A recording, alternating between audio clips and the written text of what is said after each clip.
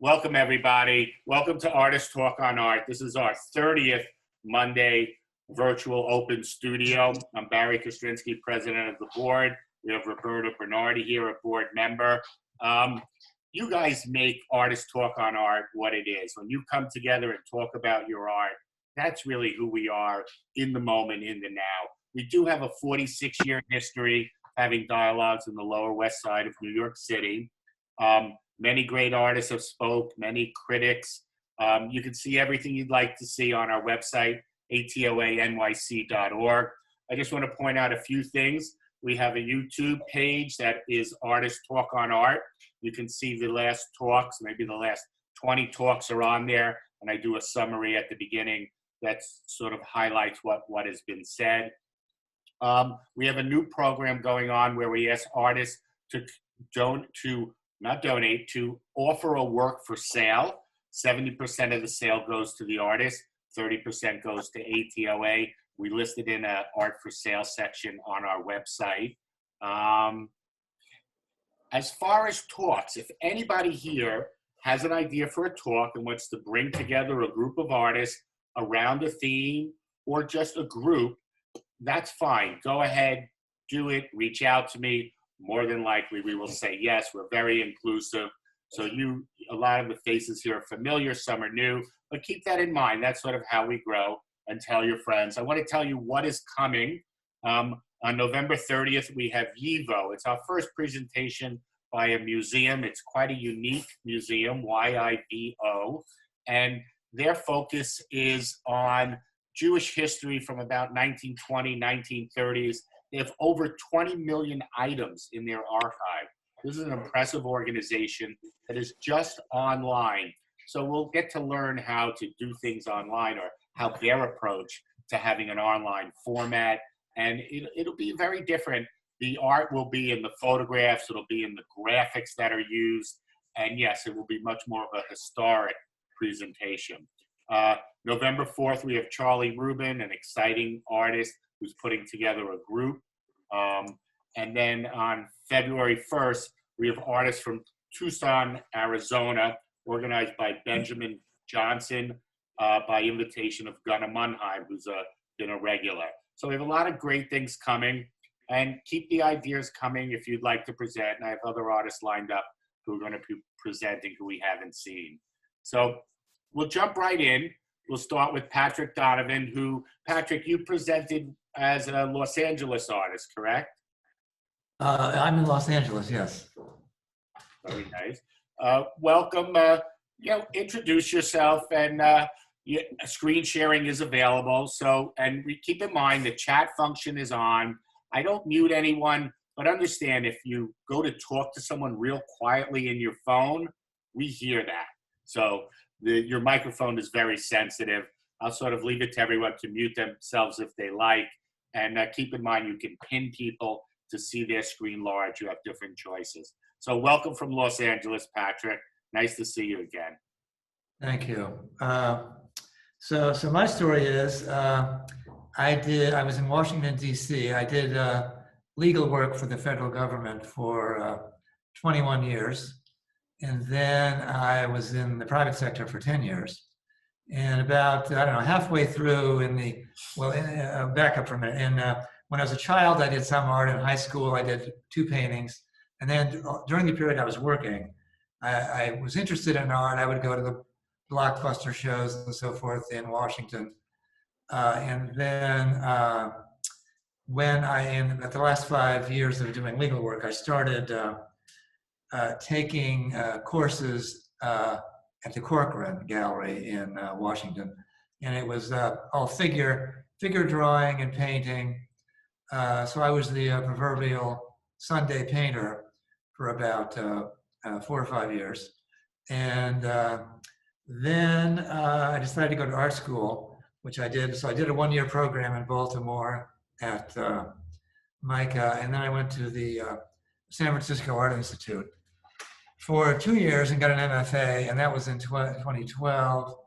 And then in 2013, 2014, I came to Los Angeles. And so I've been here since then. So what I'll try to do here is do the screen share. See if that works. Screen. Oh, share. Did that work? Can you see the image? Yes, with the mask, you see it. Yeah, great.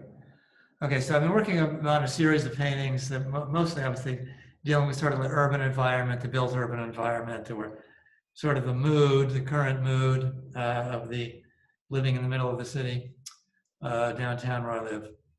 So this is what I did. When I started it, I was going to do just a portrait, but then I decided to add the mask and leave out the face. I thought it fit the mood better, and it's sort of like, you know, when we're walking around downtown, or like other places as well, of course, we see people with masks. They're kind of anonymous, so I just decided not to leave the face out. So that's what that was. Now let me see if I can. Need to move this thing here. Got to move. Oh, there we go. So, and this one is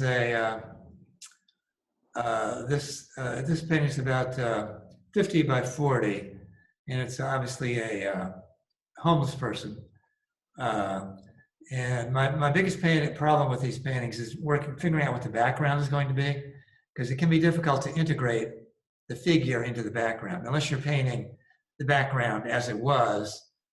You know, this was from a photograph. Obviously, he wasn't posing live for this one, but that's what this is. It's interesting. A lot of people who these plastic bags are not. They're filled with other plastic, so they're sort of lightweight, and they're sort of they give themselves sort of a regal appearance, sort of, or this person did, and these are sort of these frilly, non-functional things.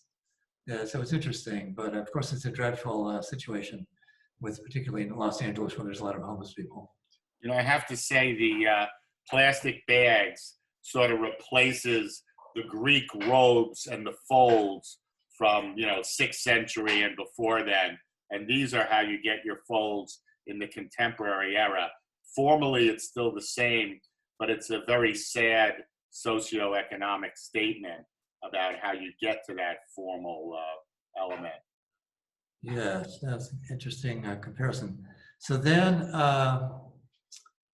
this is another one. I'm feeling sort of conflicted at this point about the masks.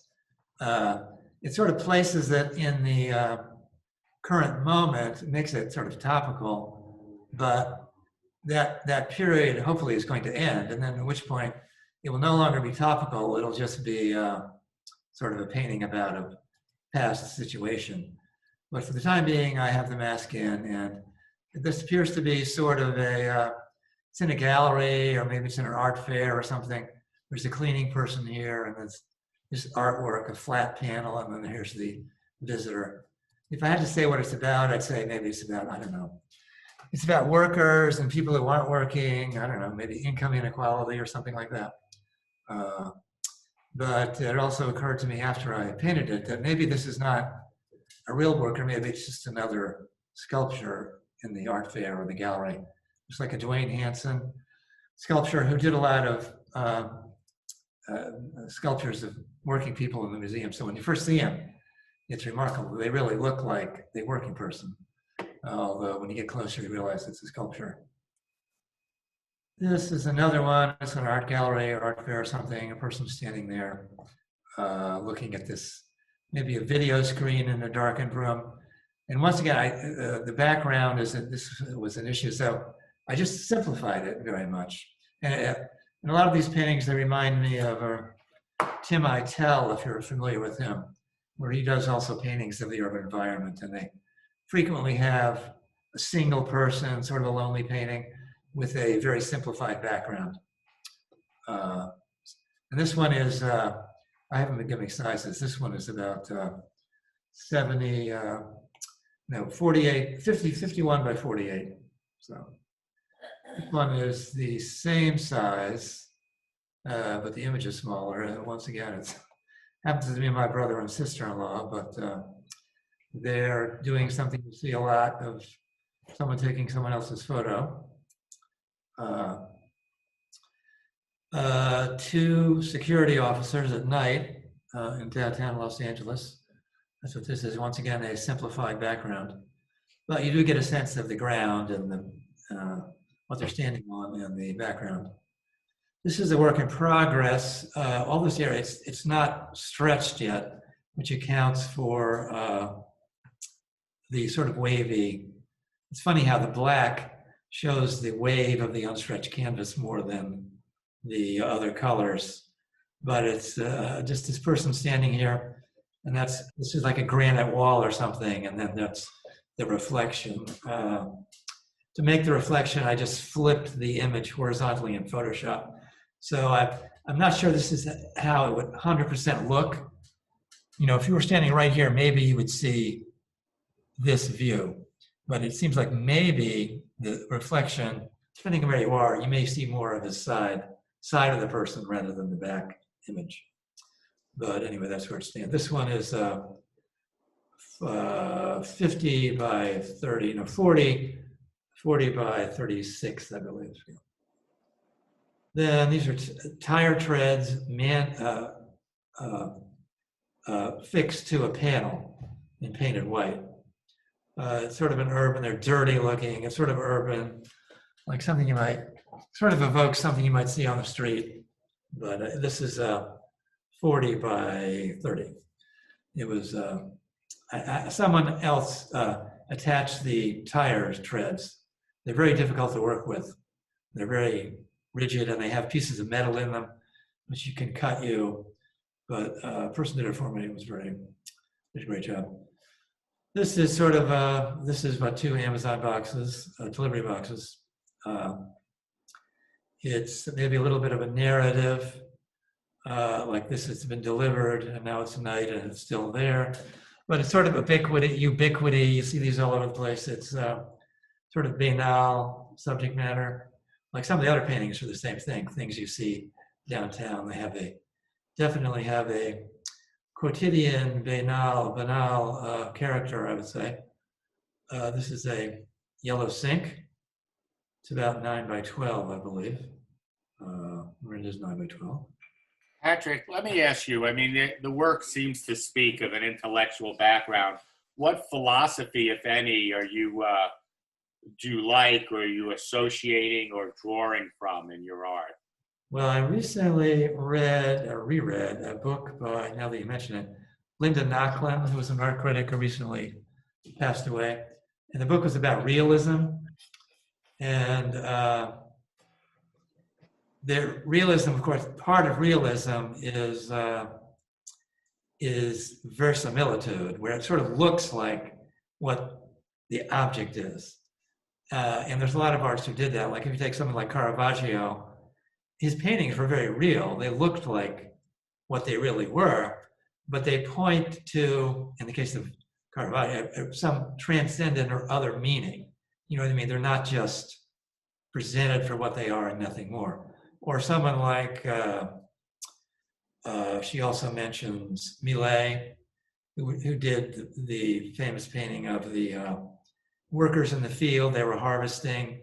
It's sort of about the dignity of labor, sort of.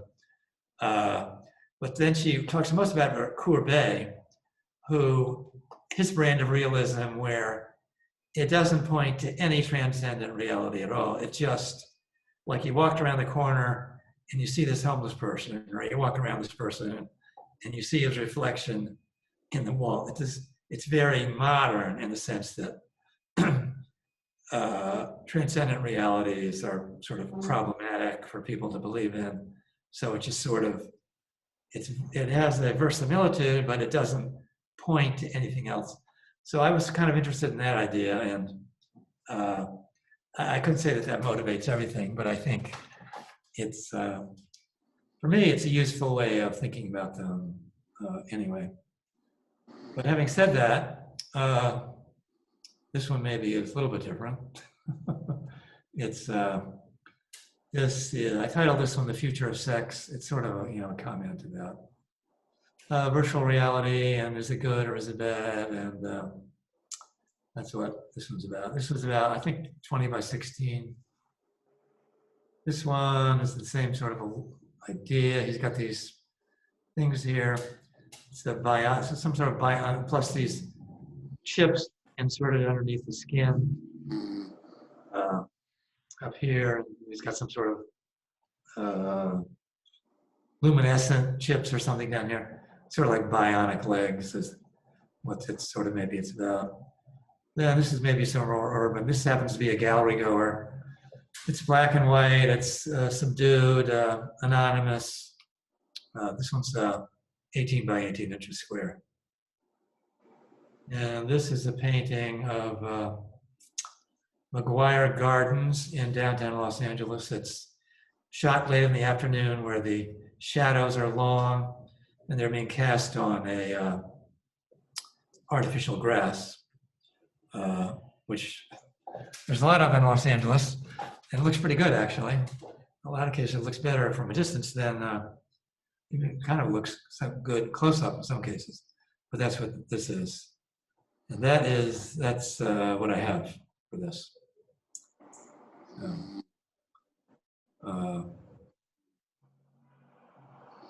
Yeah. Any questions? I'll be happy to answer if anyone has any. Or any thoughts or criticisms or suggestions, that would be great. I have a question. I mean, the work looks very beautiful for sure. Maybe you sort of mentioned it, but like, what's your what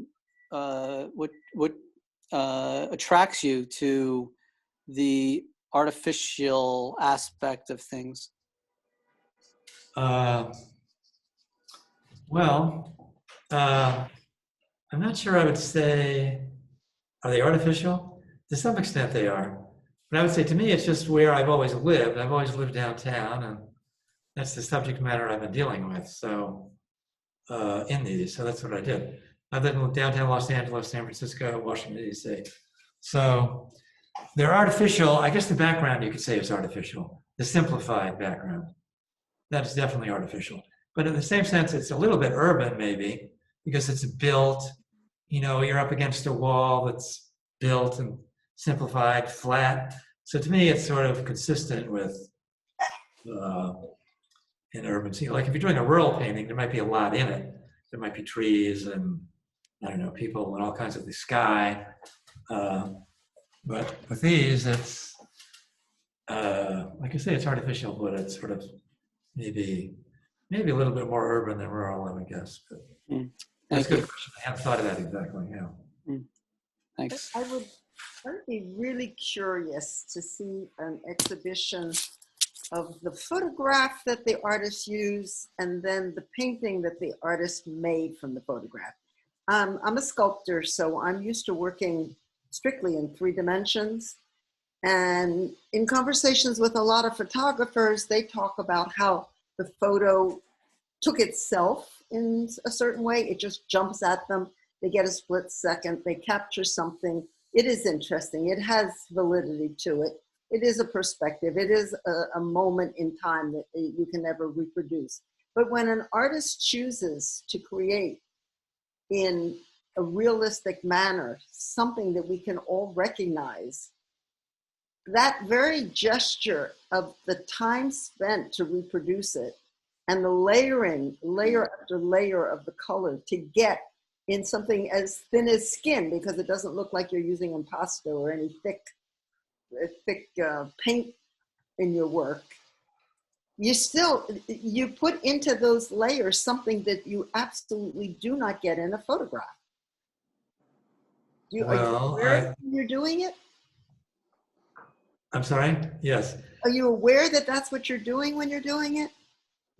Yeah, well, it gets into the issue, of course, the relationship between painting and photography, and sort of like one of the, why don't you just present the photograph?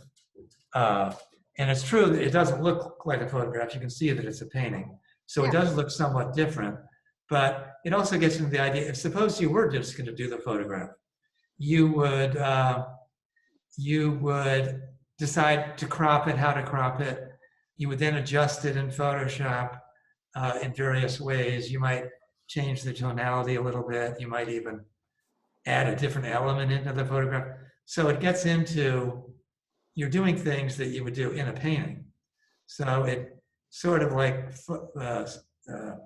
photography and painting are sort of merging in some respects. They're not really all that different now. So, although you can tell the difference, like painting like this, it's not gestural. Like you say, it's not impasto. It's not anything like expressionistic. But you know, if you're doing realism and you want to get whatever meaning there is from showing something that actually exists in the real world, well, you're kind of, whoops, something happened. Yeah, I switched off of screen sharing. Oh, okay. So, yeah, but it's an excellent point. Well, I can't imagine that in the brain, the same events take place, firing up the different synapses when you take a picture or when you spend 2 weeks making a pair of pants in oil, right? Yeah, it's a different process where you're working with the painting to get the color, the looks, what you want, the tonality, and so forth. But you do some editing. You change the tonality. You can emphasize one part. You can leave one part blurry, and so you're focusing more on one part rather than try to give each square inch of the canvas the same attention. Well, like in my paintings, I don't give the background all that much attention. They're flat, they're simplified. But you're absolutely right; they're not the same.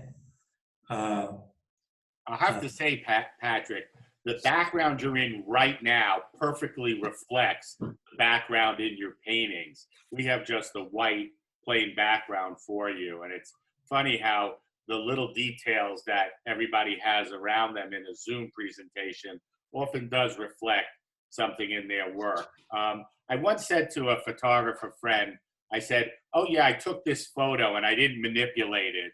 And he laughed at me because all photography is manipulation, the lens and everything. And I see Lawrence, when you're talking about photography, Lawrence knows there's so many games afoot in a photograph.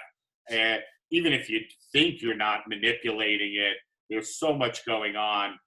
There's no question about it. But I think Leah's point is there can be a different process when you're painting for 3 months as opposed to, I often, and you'll hate this, Lawrence, I often refer to photography as cheating because I can click a button and I capture so much right away.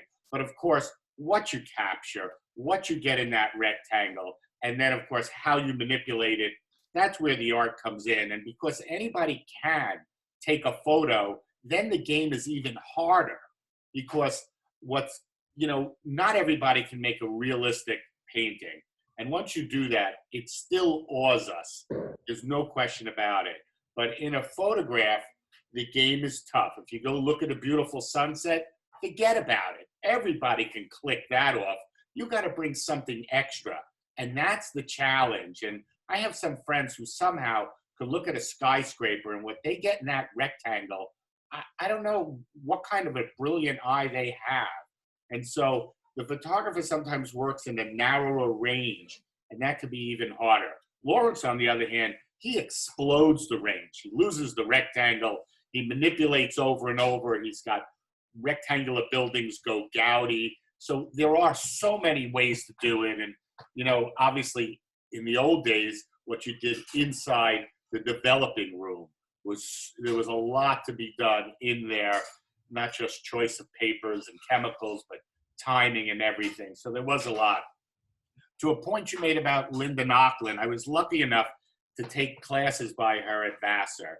And Linda was famous for bringing artists. Later on, she was famous for the article, "Why Are There No Female Artists?" That's why she's known.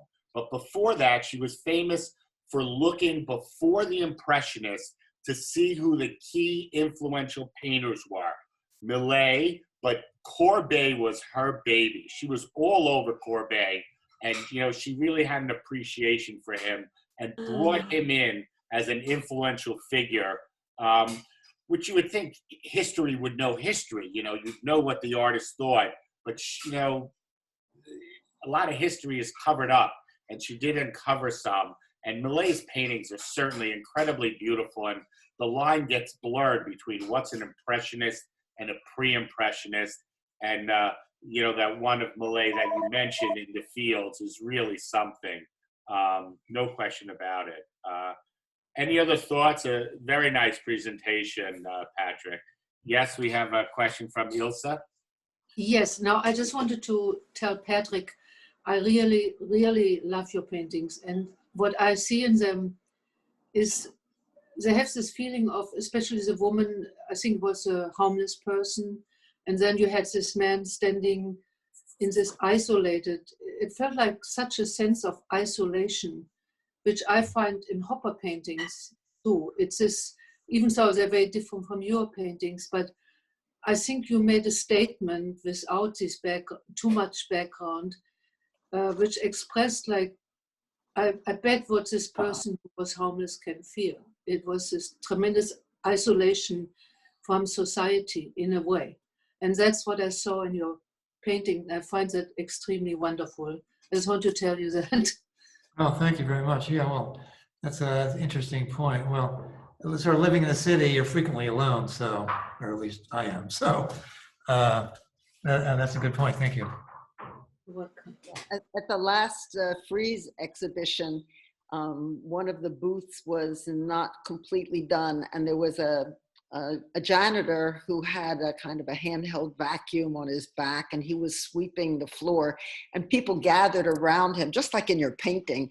They looked at the person cleaning the floor as if it was an art happening, while to the right there was the art that nobody was looking at, because even I noticed in your painting, it's like a really skinny profile, looks like one of those cutouts that you would take a picture of you standing next to a famous person in that piece that you have on the right. And I thought, wow, that's exactly what I saw at Frieze. The janitor was the event. That's cool.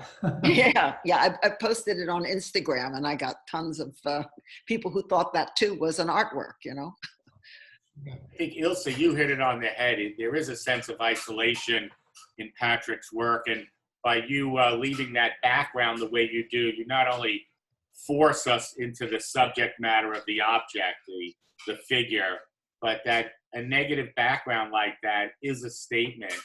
It gives some sort of strength and intellectual power to your work. And that Hopper analysis, I hadn't thought of, Ilse, but definitely Hopper creates this air in his paintings somehow.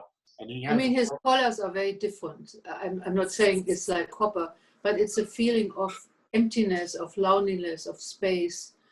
And that, I would say, compares to Hopper's paintings. Because all the people in his paintings are very isolated in Hopper too. They sit in this room, they look like a different type of isolation, I would say. Okay, I'm sorry, I interrupted you. I think Elaine wanted to say something. Yes, I was interested in the fact that you showed most of your people from behind. And I think someone once did a picture of me from behind, and they said you can tell so much about a person from behind. And most of the early work that you showed us, and I'm sure it's conscious on your part. Yes, well, it's when you're taking pictures of people, it does create a different mood when you do that, but it's also, there's a practical aspect of, like the person who was the cleaning person in the art gallery, I was doing because it might be recognizable, I asked him if he would mind taking his picture, and I paid him, and I also usually try to get them to sign an agreement so they won't sue me if I do make a painting that has their likeness. But when you take it from behind, of course, it's less likely to be recognizable. So there's a practice, so I don't always do that. But you're right, yeah, a lot of them are from behind, but it does seem to be sort of okay or consistent with the general approach. But I do try to do some people from the front too, just to Well, your avoid. brother-in-law and your sister were, I know that was from the front. That family. It was your sister-in-law and your. Yeah, my brother and sister-in-law, yeah, yes. Did they sign something also? No, I didn't ask their permission. You didn't push them to do it. Hi, I just wondered if I could add something. Hi, Patrick. This is Daryl, and sorry for the, whatever, the photo thing. So yeah, I'm a photographer, so I also found it really interesting regarding the images from behind, because psychologically, sometimes when I'm looking at a painting, I don't make the assumption that someone is doing it from a photograph unless they say so. So several things I find interesting that wouldn't have been revealed if there hadn't been this group is that you do get people to sign something. I think that that's a good idea. But the other thing is, for me, if I didn't know that they were photographs, I would sort of make an assumption without realizing it, a certain internal understanding of the artist. And what that would be that I would think that perhaps they are a little shy or reserved about their observations. So it's almost as though here's the message, but by showing it from behind, it's almost making it even that much more anonymous, as though you're not putting a face on an individual, but you're showing a more overall perspective of, like, it could be every man, every woman kind of thing. So I just wanted to mention that that was the feeling that I got, which may have been completely incorrect or inaccurate. But this idea of doing it from behind is what it sort of said to me, which adds to me like sort of another layer of interest, that when someone has an idea that they feel strongly about, and yet they may not want to confront it straight on, but they can still convey the idea in a different way, which gives it another layer of this anonymity thing. So anyway, thank you. Also, when you're shooting from the back like that, it takes on a bit of a voyeur look as well. That look you're not, especially when you look down at the legs. It's sort of like you're looking where maybe you shouldn't. I don't know if that's your intention, but I do sense that, and I've had people say that about that kind of a view. Of course, you can have the same visual image, and one artist can mean one thing, and another can mean another. It's sort of like Jung's dream interpretations. Symbols are not universal. They're very personal, and so are paintings. It's really what you bring to it and how you use it. And, like I've said in the past, you could have 10 artists do paintings that are straight white, and you could have 10 different stories about the paintings and what they mean to the artist. So we can end up with very similar visual statements. I do want to mention again, this is Artist Talk on Art. We do have a website, atoanyc.org. There's no charge for our Monday virtual open talks. If you'd like to make a contribution, we gladly accept them. And we want to thank everybody who has helped us out to make contributions. And I do want to point out, Veronica Pena put up something about an open call for performance artists before. So if anybody knows of any performance artists, reach out to Veronica. I'm sure she's always on the look, and she presented with us, maybe it was a month ago, sort of fascinating performance art that she does do. I will ask, Darrell Ann, would you like to present tonight? Oh, I'm not really prepared to, but thank you for the offer request. Okay. Thank you.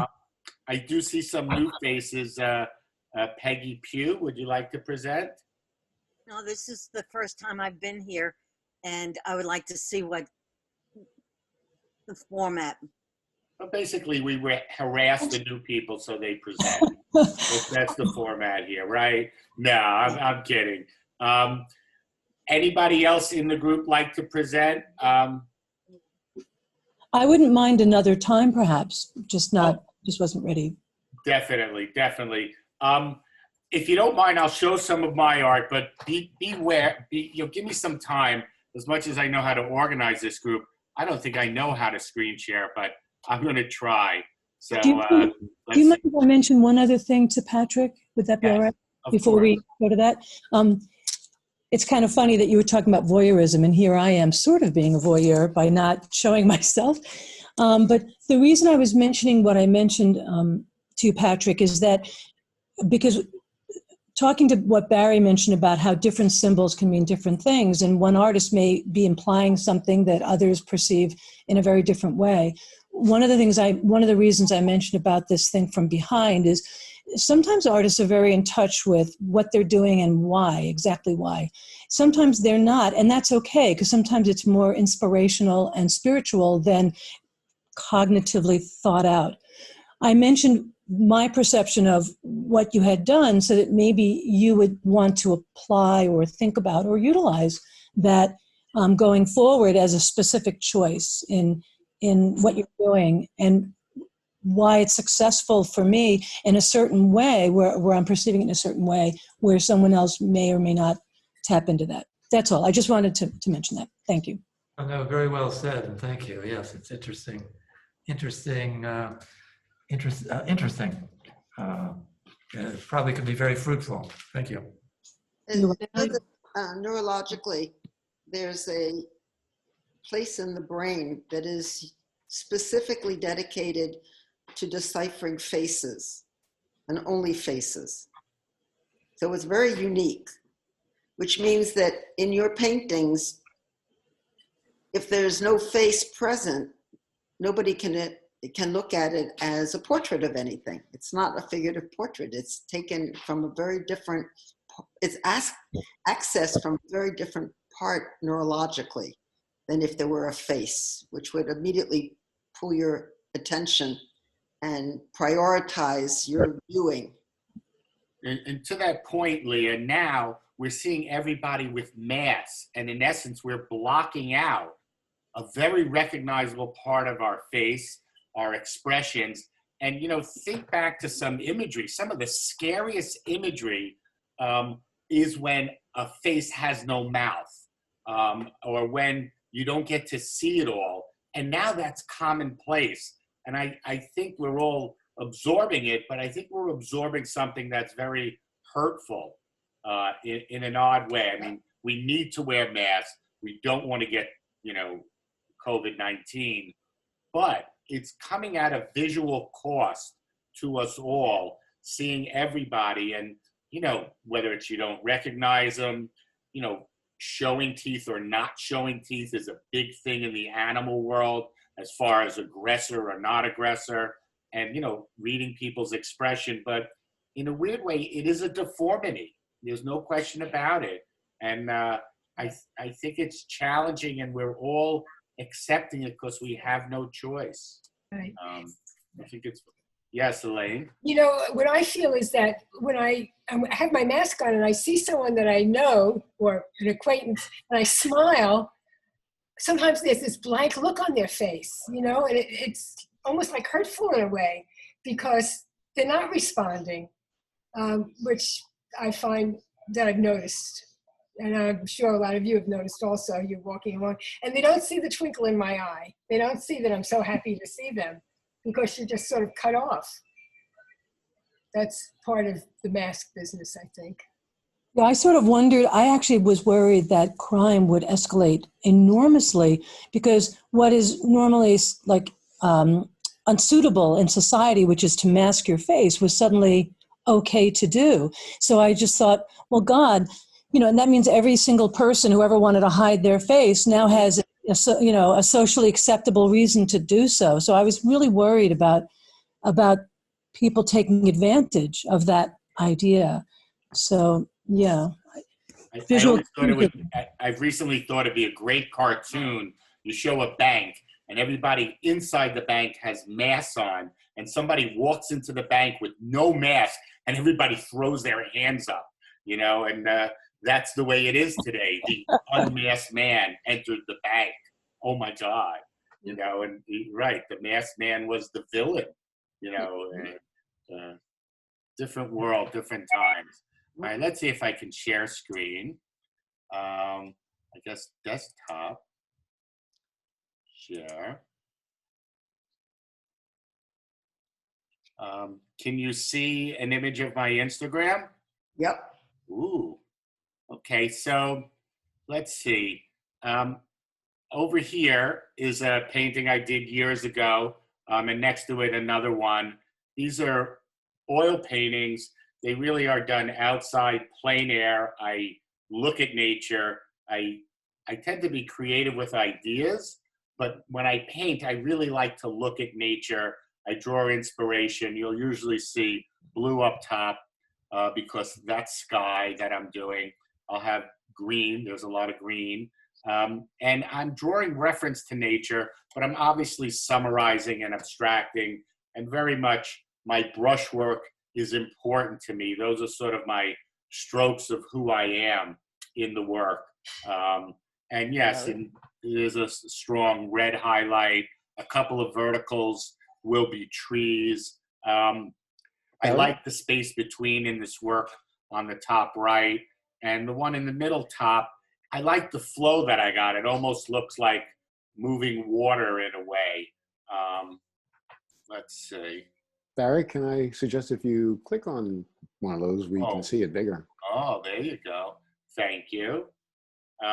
So that's that image.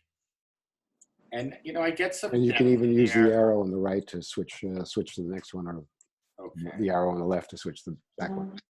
That's the ATOA. Veronica. This is we had an artist present who worked with spray paint. And once when I had a factory, a metalworking factory, and I had a performance artist, Claire Barrett, there, and she was getting some of her work ready for performance. She took spray paint and she sprayed some flowers. And when she moved it away, I looked at the image that was left on the carton that she used as the background. And from that, I developed a whole series where in this example, I take leaves, I throw them on, drop them on a canvas. And as odd as it sounds, it's not easy to drop things randomly. I'm not looking to place and create composition. And when you drop things, to try and do it randomly can be tricky. That's my goal here. There are a couple of sticks and twigs.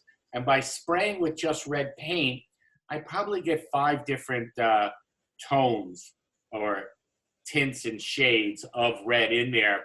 And it ends up looking like a negative of a photograph, has a bit of hyper-realism, or at least some realism to it. And of course, the positive space has gone negative. So you have this strong absence in the white. I like this series very much. I do it on paper. That was a large canvas, maybe 5 feet, not quite square, but more of a rectangle. One of my models. No, this is a painting I did recently.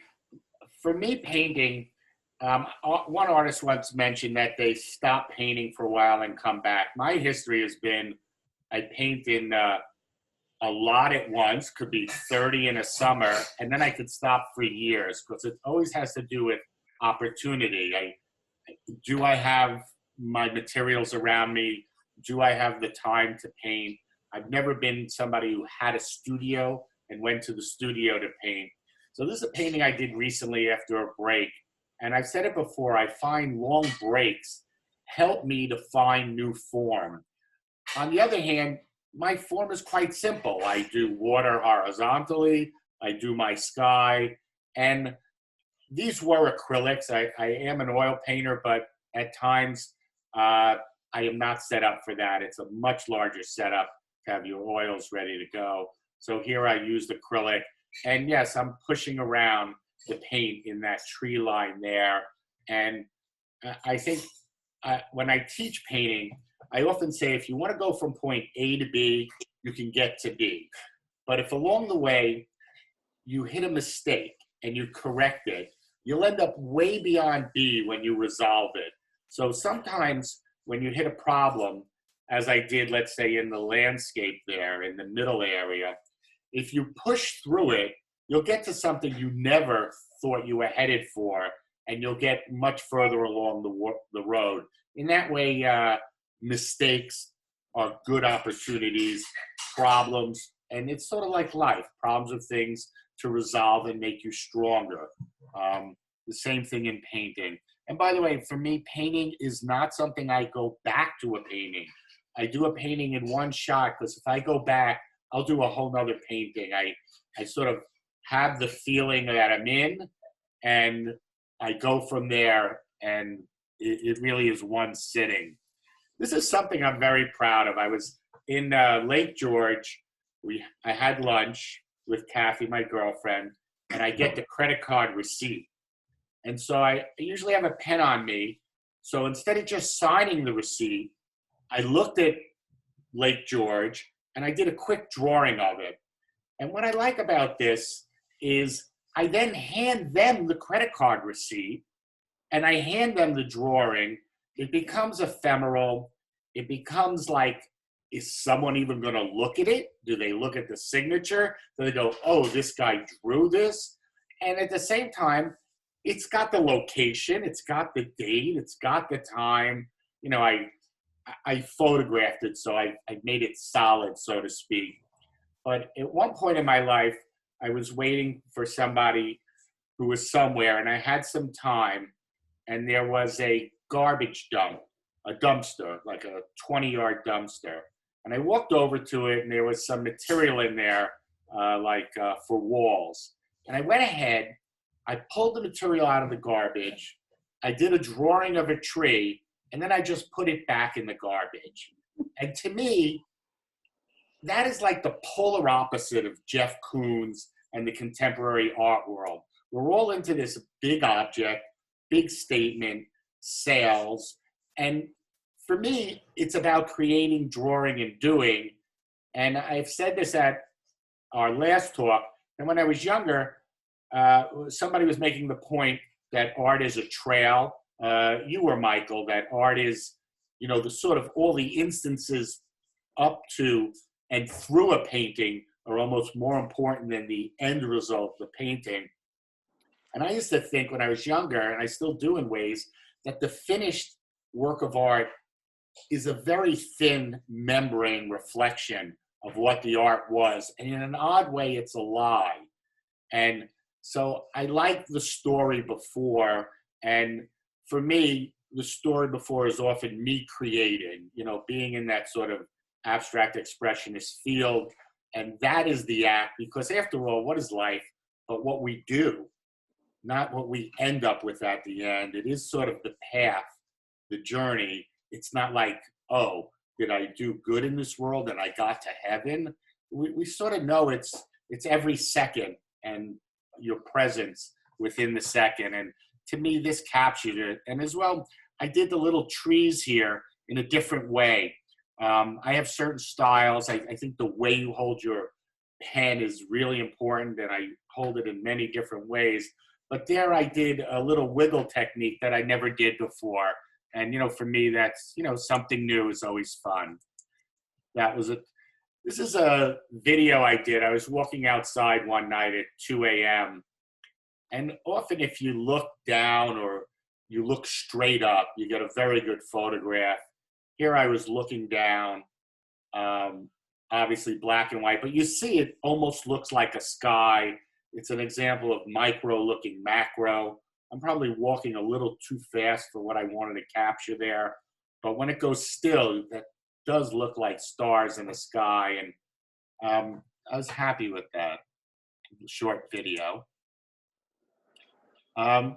Outside my street. So to me, I always thought it'd be a good photographic experiment to give people cameras and say, okay, take a photograph in an enclosed space. It's sort of like a challenge that you have to make art from whatever is around you at the moment.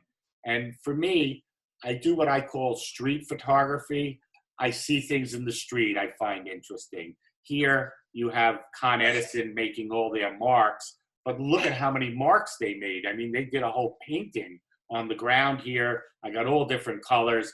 I got my Caravaggio diagonal right there. You know, you've got like this guy over here. I had a lot to play with. Oops. This is a drawing I did, out. I tended to go out in a very nice setting and paint or draw. When I lived in Rockland County, I went to the 7 Lakes. I'd probably spend more time finding a spot, but once I find a spot, I could paint it for 10 years. I go to the same spot. Now I live in Mamaroneck on the harbor, and so I go out of my backyard and I look at the same view, and I've done maybe 40, 50 paintings and maybe 40, 50 drawings. That's not a lot for me, but it's because I sort of do my art in spurts. And these are quick drawings. Again, how I hold the pen, whether I move right to left with my hand or left to right or up and down, that really influences how I create and what comes out. Water, a street photograph. This is, water, maybe there was some soap in it, and it looks like dinosaur shapes over here. It looks like amoebas. It has a bit of an art feel, and again, that sort of constellation look is going on. This is a little different. Sometimes when I draw, I used to run life drawing in the South Bronx. I had a gallery there when I didn't, and I had life drawing in the gallery. And then when I didn't, I did life drawing in a bar, and artists came, and we just drew from the model.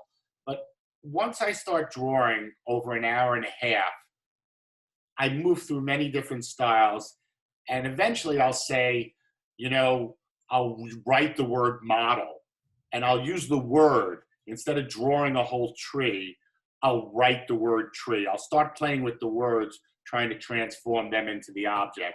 Now, this is quite a unique one.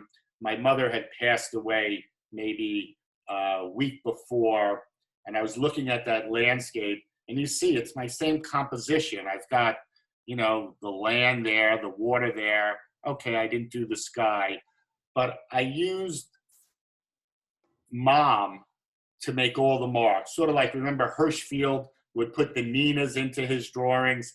Here, every mark is me writing Mom, and it's quite a meditative process when you do that, and you try and get the word to conform. And then, and M works for mountains and trees, obviously, but it meditated me on my mother. It made me focus on her. And of course, at the bottom, I wrote, Mom's dead. So this is a little morose or a little dark for me. My paintings tend to be joyous, about color, about nature, and about inspiration. I do ceramics. This is, I'm primarily a hand builder. I go to my friend Matthew Burkhar's once in a while, and I do ceramics in his 1-bedroom apartment. It's something I enjoy very much. There's a meditative nature when you have your hands on a clay piece and it's going round and it's totally centered. It's similar to drawing a perfect circle. You sort of feel something in the rightness of what you're doing, and there's something very beautiful in that. This is unfired. It'll be glazed at a later time. This is an acrylic on like a burlap, and so I got that almost screen look where a lot is coming through. And you see I've got my water, sky, and sort of green land in between. And this was probably 30 minutes while I was teaching some other people to paint. This is a small one, about maybe 9 inches, 12 inches. Again, the same image, a drawing of it with a rock in the middle area. A lot of little marks.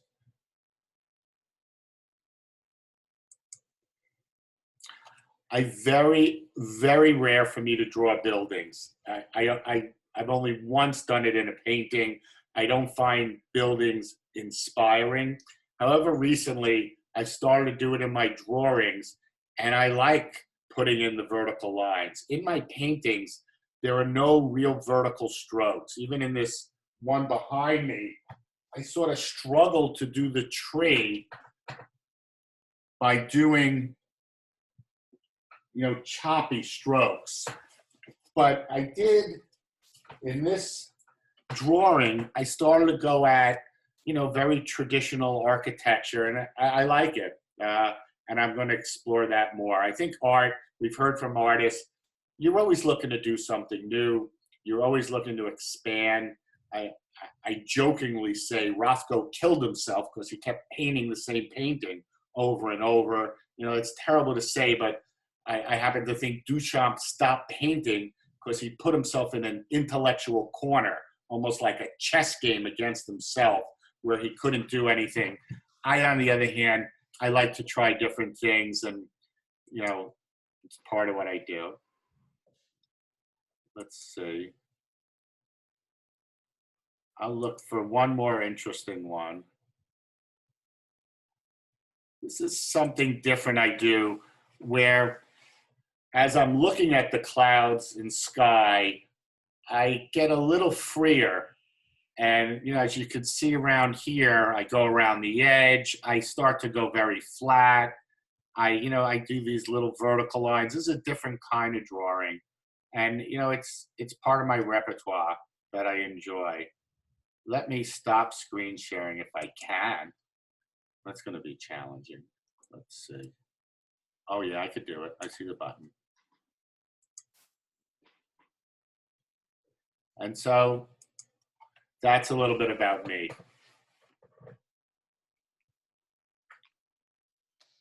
Thank you. It's about time we saw your work. You and Doug have really held on to those from your works for a long time. I don't think many of us knew that you guys were artists.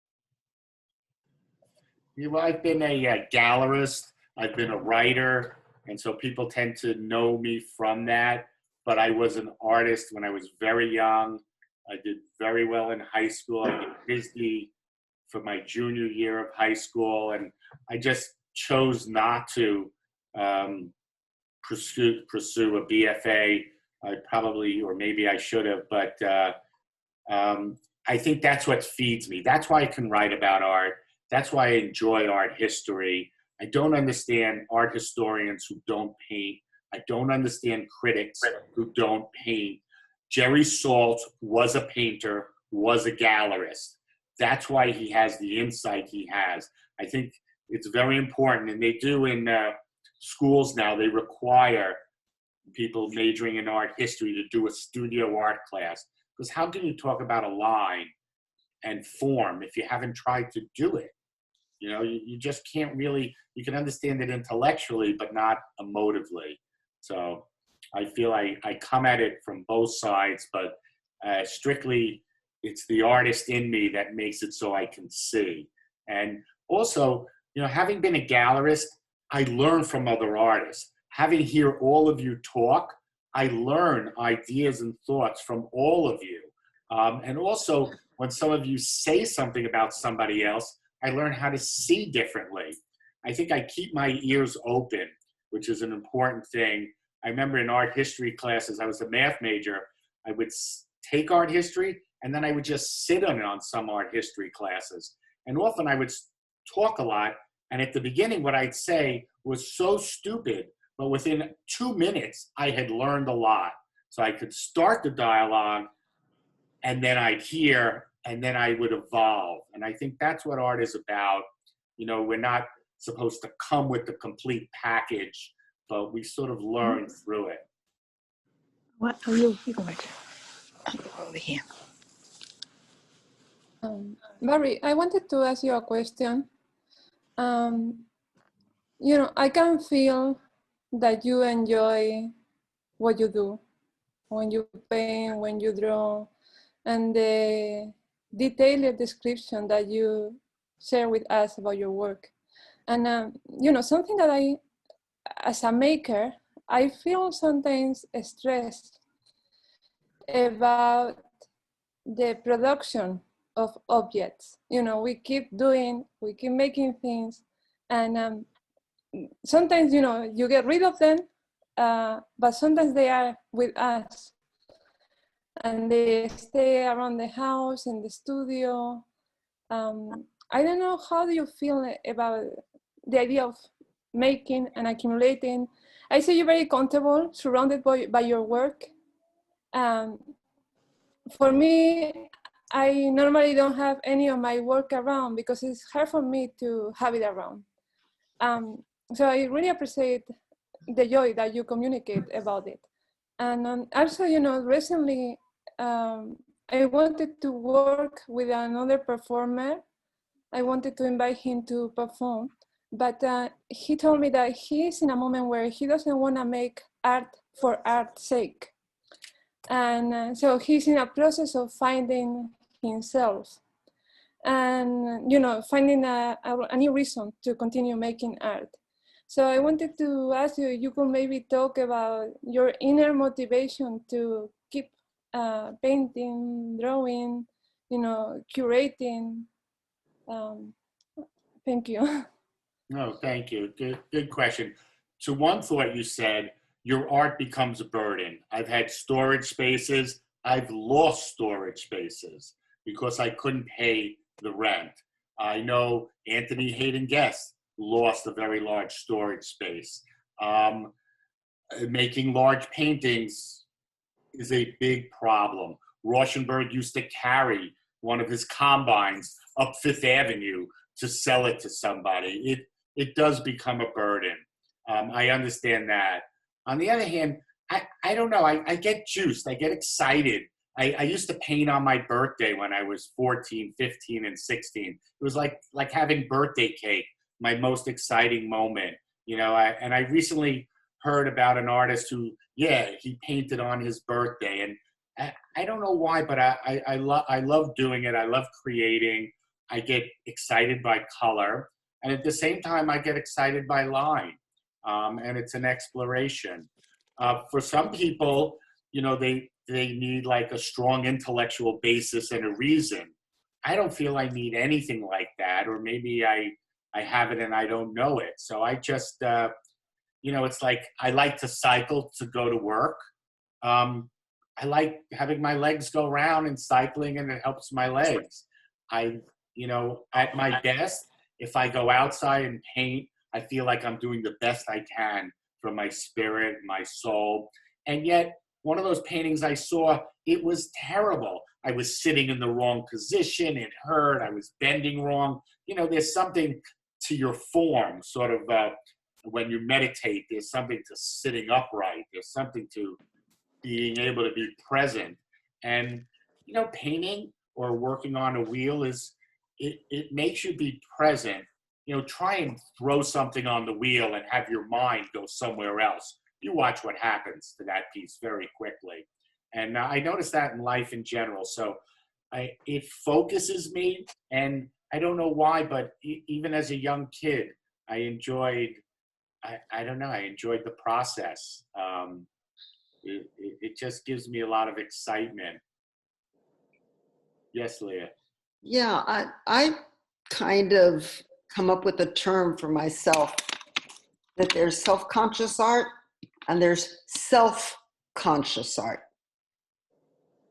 That the first self-conscious art is, look at me, look at what I'm doing, I know what's going on out there, everybody's looking at the same thing I'm looking at, we all went to the same show, we're all aware of that, and so I'm making something that is so conscious about all that.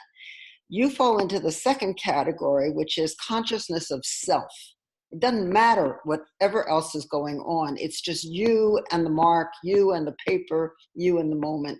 And it's very refreshing, right? Thank you. I do notice when I used to paint in the Seven Lakes, and I'd set up, and by the way, it's a beautiful area up in Rockland, just amazing, hundreds of acres. And, you know, I paint for, let's say, 3 hours. When I was done painting, my consciousness was at a higher level. I was like, you know, I wasn't like we're always, I think, to what Patrick brought out, even though you're in a city, you're always really alone in some way. We're always on a plain backdrop, and we are all isolated.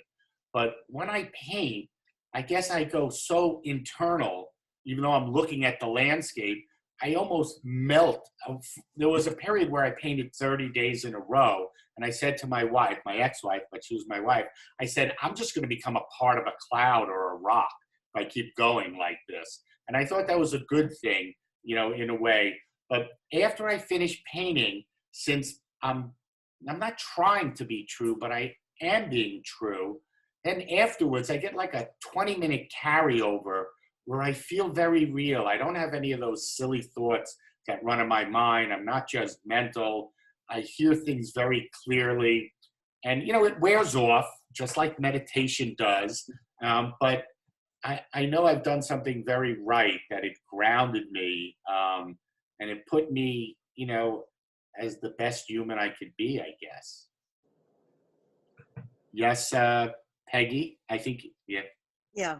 I'm a photographer, and I've had people, you know, ask me to for them to come with me to do my photography. And I can never do that. You know, it's always been my camera and what's around me. And can I show some of my work now? Yes, yes, Okay. of course.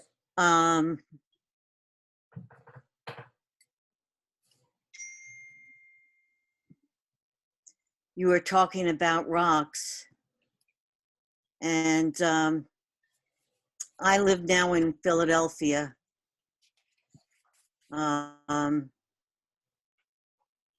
And this was done in Stillwell on Long Island, not too far from where Mike Krasowitz lives. Thoreau would say that when he walked around Walden Pond or his environment, he got to know the rocks personally. And I think that's what happens when you jump into nature. You know yourself, you react to your objects, the gap between the two is sort of lost. Yeah. So trying to figure out how to do this with several, oh, let me do it that way. Okay. And this was in Syosset.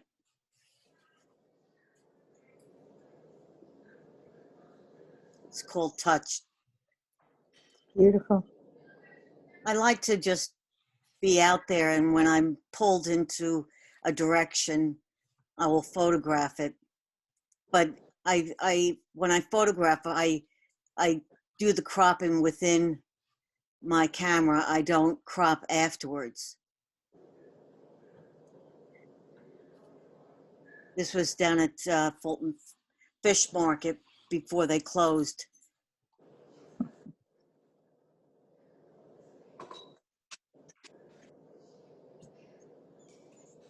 And of course, Coney Island. That's a beautiful photograph. Yeah.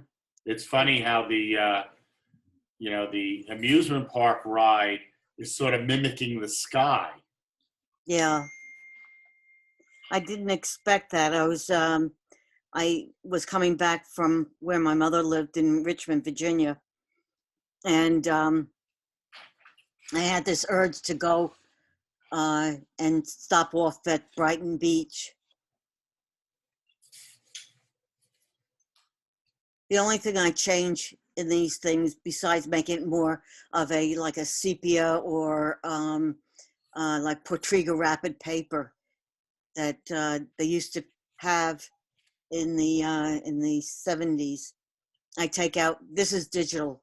I take out the color. And this is the Occupy Wall Street at Zuccotti Park. A nice contrast of the mask and the person. You know, very good. You know, the person almost starts to look like the mask. Yeah. And I mean, coming from a film background, photographing with nothing but film, you don't look at what you photograph. You can never do that. You have to process. You have to do the negatives. You have to go to the darkroom and do all that. But now it's just, you take a picture and then you look at your, you view the LED, And I don't do that because I'd rather just stay with what I'm working on. Yeah, some photographers have said that going back to the taking the photo and then looking at the photo stops and inhibits them, and as well other people say that's the way they do it. So again, it's different paths for different people. Yeah, I find that it moves me out of what I'm doing. This one is at the time my daughter was going to college. Now she's finished college, and so when I went out in Syosset, all the leaves were whipping around on the trees. They hadn't fallen yet. So I put this together. This one definitely is a combination of photographs to one.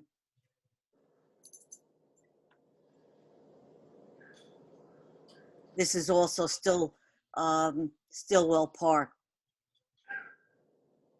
milkweeds. Back at Zuccotti Park. This pigeon right here was there for like 20, 30 minutes. I mean, I couldn't stay any longer. I was getting bored with the pigeon. But I took several shots in different angles. But this one I really loved.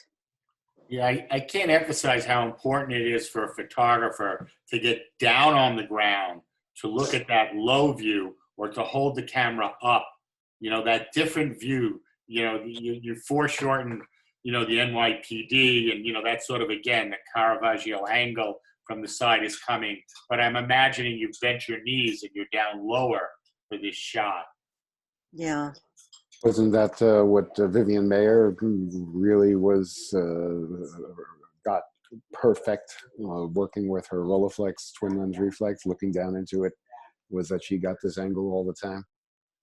Yeah, Vivian Mayer there's a great documentary on her. She was the housekeeper, correct, in, I think, Chicago. Yeah. And it's a dynamite documentary to see a brilliant photographer who was not known in her time at all. And I think her archives were eventually found and she was literally discovered. But yes, a brilliant photographer and filmmaker too, I believe. Yes. This is in Philadelphia, around my block. Hmm.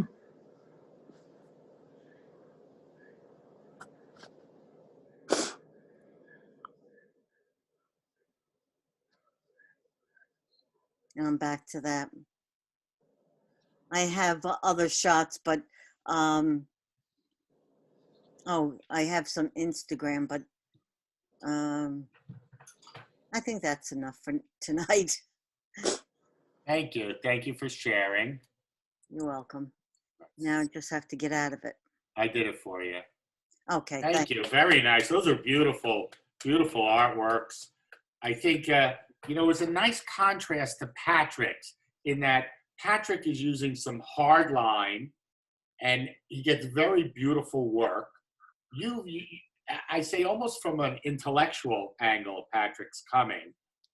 You seem to be coming from more of an emotional side, and yet you're both simplifying, so you're similar, but you know, you're coming at it from different ways. Very beautiful, you know, photographs. Very nice, Peggy. Thank you. I'll have to look at Patrick's work. I'm going to take a screenshot. Actually, I'll just turn it off so I could take a screenshot. But I'll look at your work, Patrick. Do you have a website? Well, Instagram is probably better, at Patrick James Donovan. Okay, I'll do that. Thank you. Any thoughts anybody would like to share? And then I'll wrap it up. You know, we'll do our regular dance that we do, Peggy. We do a dance at the end of every one of these.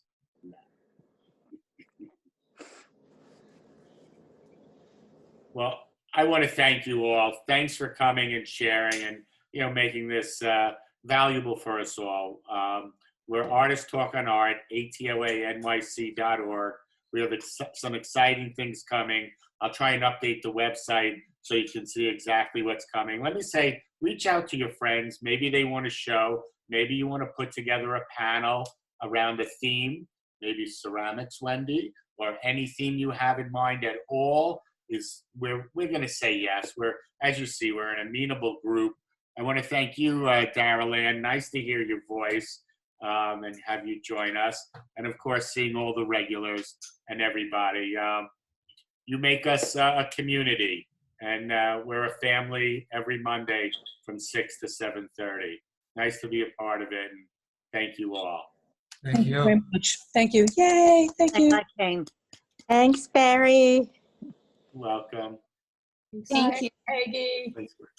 Nice to see Thank you, Barry. Thank you, everyone. Thank you. It was wonderful.